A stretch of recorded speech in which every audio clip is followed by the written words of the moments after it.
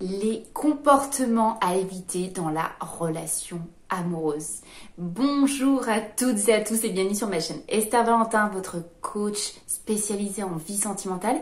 Aujourd'hui, on va parler des comportements qui posent problème dans le couple, des comportements qui sont vraiment à éviter, des erreurs qu'on va commettre un petit peu instinctivement si on n'a pas eu les bons outils, si on n'a pas eu le bon savoir-faire.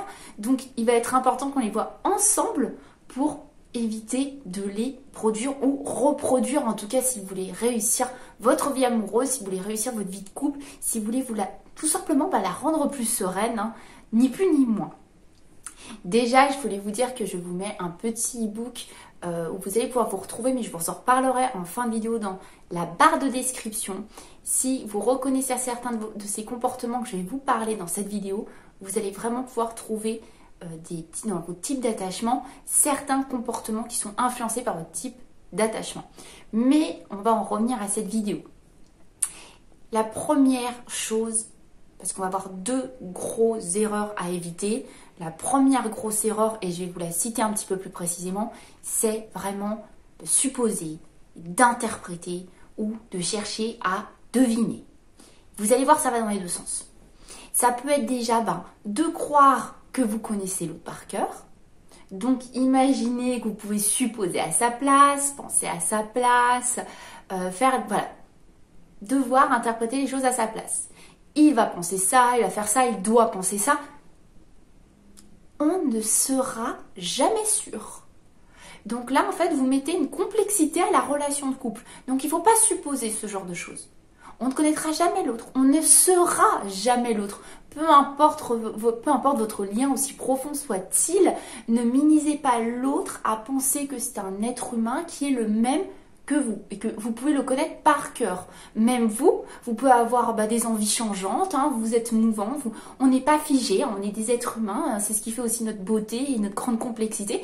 Donc ne minimisez pas, ne dévaluez pas l'autre à penser que vous pouvez le connaître parfaitement. On est là pour apprendre à se connaître continuellement dans une relation. Et deuxièmement, ça va être aussi d'espérer, par exemple, qu'il sache vous comment vous fonctionnez. Quand je vous dis que ça va dans les deux sens, supposer qu'il sache exactement comment vous fonctionnez, c'est déjà aller un peu trop loin. Ça veut dire qu'on ne rend pas les choses simples encore une fois. Mais vous allez voir, c'est si logique. En fait, on complexifie quelque chose qui peut être si simple. Partons du principe qu'on est deux individus. On n'est pas qu'un, c'est pas vrai. On n'a pas trouvé sa moitié, on n'a pas trouvé l'autre personne. On trouve beaucoup de choses qui nous complètent, mais ça reste une autre personne. Donc vraiment, espérer qu'il sache comment vous fonctionnez. Vous allez voir, ça induit vraiment beaucoup de problématiques dans le couple. Je vais vous donner un exemple. Une femme qui dit à son mari, j'aimerais bien qu'on se fasse un petit restaurant ce week-end.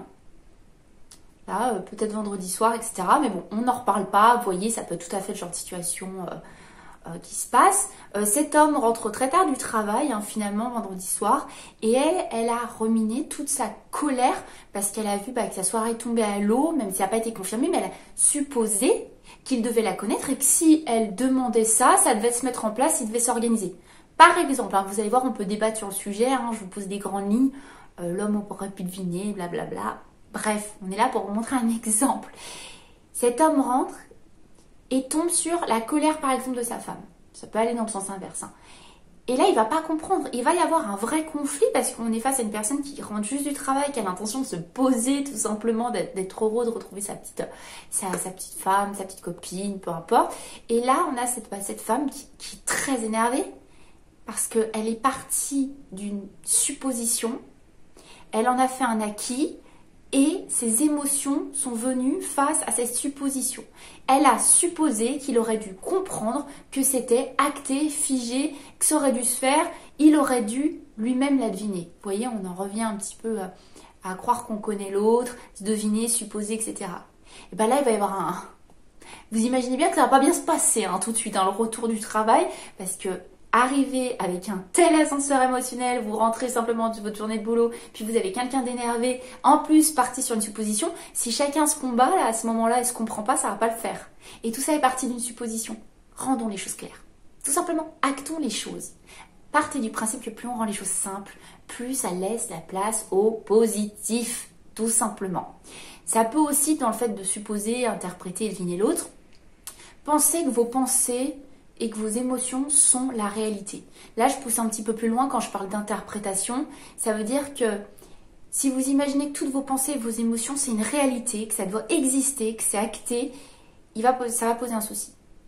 Si vous pensez, par exemple, je reprends mon exemple, on se remet à la place de cette femme. Imaginez votre état de colère et vous pensez que vous méritez d'être en colère. Vous pensez que votre interprétation est la bonne. Si vous vous figez sur le fait que oui, cet homme aurait dû deviner, point. Votre interprétation, votre pensée, c'est la bonne, c'est la réalité. Là encore, on va tomber face à un gros conflit. On ne pourra pas se comprendre. Alors qu'ouvrir, et c'est pas facile, son esprit à se dire j'ai supposé peut-être des choses, j'ai interprété, et c'est vrai que ça m'a énervé parce que je m'étais figée dans mon idée à moi, mais c'est pas forcément la réalité. Il y a d'autres réalités. Par exemple, la réalité de l'autre personne. La preuve en est, il n'a pas vu les choses de la même manière. Tout simplement. C'est pas parce que nous, on vit son histoire personnelle, ses pensées à soi, sa façon de voir les choses, que c'est l'unique réalité de ce monde. Et alors surtout pas de votre partenaire amoureux. Ça peut aussi être de penser que l'autre est comme vous. Donc, votre interprétation est la bonne. Ça en revient toujours, comme à ce point précédent, sauf que je pousse un petit peu l'explication. C'est vraiment se dire, il est comme moi, donc il doit comprendre ma façon de penser, il doit comprendre que j'ai interprété ça, et il doit comprendre donc que je suis dans cet état émotionnel. Ça demande beaucoup de compréhension, sauf que si vous ne faites pas de pas vers l'autre en vous disant, je dois le comprendre aussi, j'essaye en fait tout simplement de mettre ses lunettes à lui. Je m'explique un peu mieux sur cette métaphore. Imaginez que chacun porte ses propres lunettes pour voir le monde, fait de ses expériences personnelles, de la façon dont est bâtie notre personnalité, nos goûts, nos envies, tout simplement tous nos filtres personnels. Donc on a nos lunettes à nous. Et on oublie que l'autre il a des lunettes différentes. Et des fois il faut juste essayer de se dire, tiens, prête-moi tes lunettes 2 secondes, que je vois ce que ça donne avec ta vision. C'est aussi simple que ça. C'est aussi simple à dire, à pratiquer, comme je vous le dis, ça se met en pratique.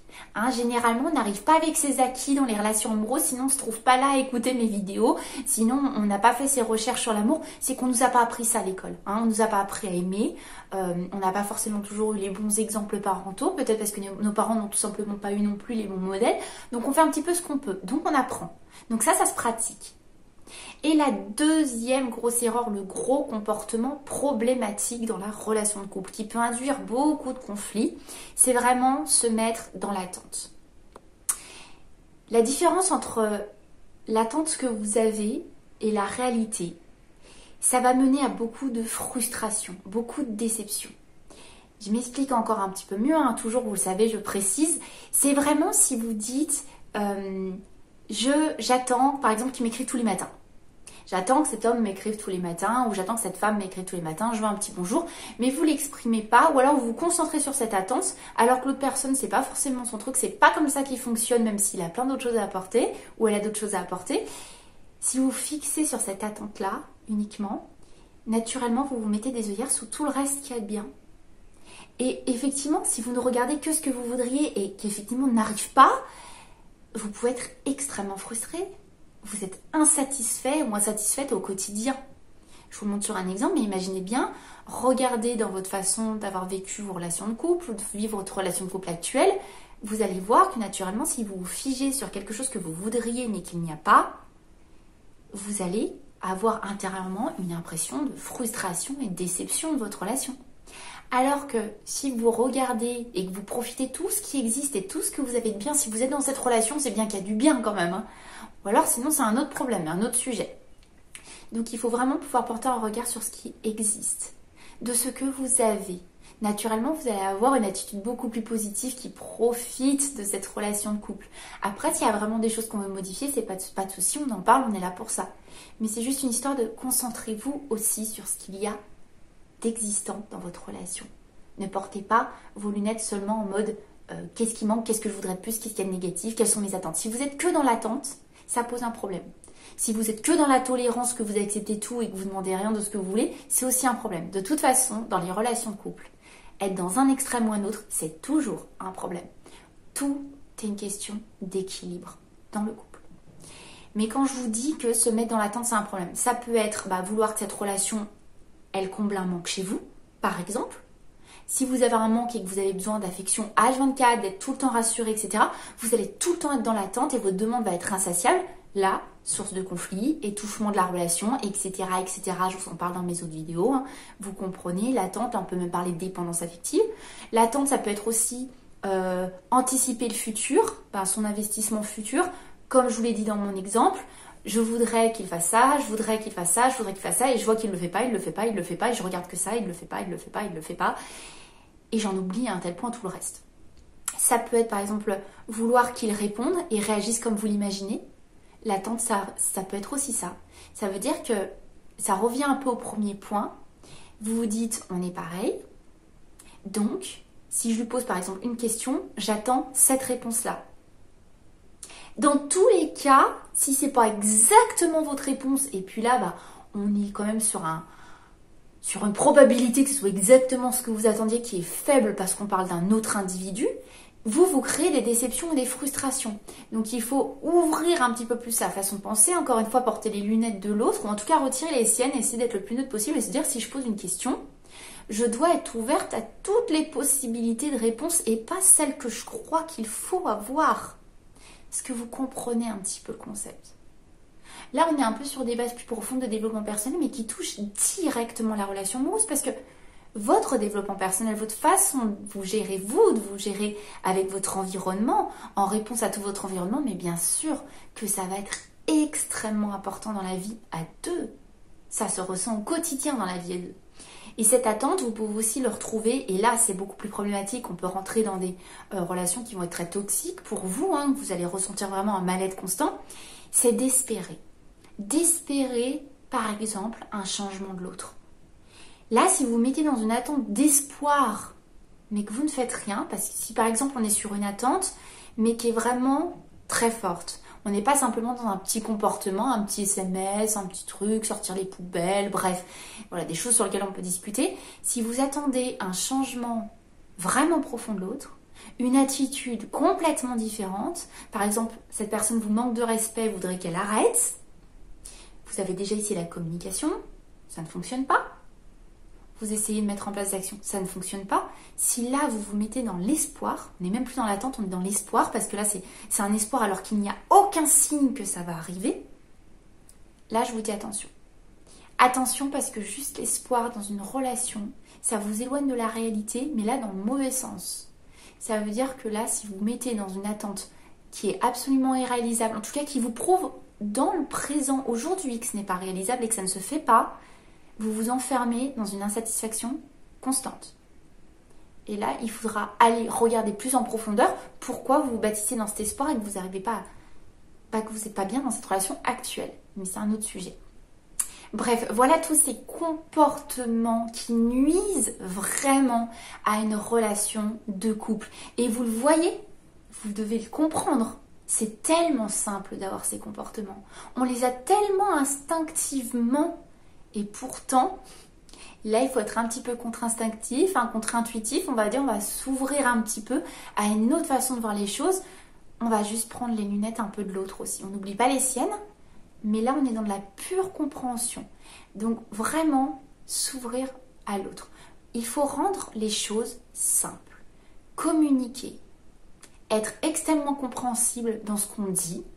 Et en même temps, se mettre dans la compréhension de l'autre et d'un point de vue qui est différent du vôtre. Encore une fois, un juste équilibre. On ne s'oublie pas complètement en ne pensant qu'à l'autre et à chercher à comprendre l'autre tout le temps. Et on n'essaye pas de voir les choses qu'avec notre manière de comprendre à nous. Encore une fois, un juste équilibre sur cette balance. Donc si vous avez l'impression vraiment de vous reconnaître dans cette description d'interprétation vraiment surfaite, que vous avez vraiment figé les choses, vous voulez que ça se passe comme vous l'entendez, vous pensez vraiment que votre interprétation c'est la bonne, si vous supposez beaucoup négativement les comportements de votre partenaire, par exemple, votre fonctionnement d'amour est peut-être vraiment influencé négativement par votre style d'attachement. Et dans ce cas-là, je vous dirais vraiment, cliquez sur ce e-book, téléchargez-le, les 3 styles d'attachement. Vous allez pouvoir en apprendre un petit peu plus sur vous et mieux comprendre pourquoi vous avez ces comportements en amour. J'espère dans tous les cas que cette vidéo vous a plu. Si c'est le cas, likez-la. Ça donne toujours beaucoup de force, beaucoup de motivation. Donc ça fait vraiment plaisir. Et vous savez très bien que de mon côté, je ne vous lâche pas et que je vous retrouve très très vite pour une prochaine vidéo. Bye bye.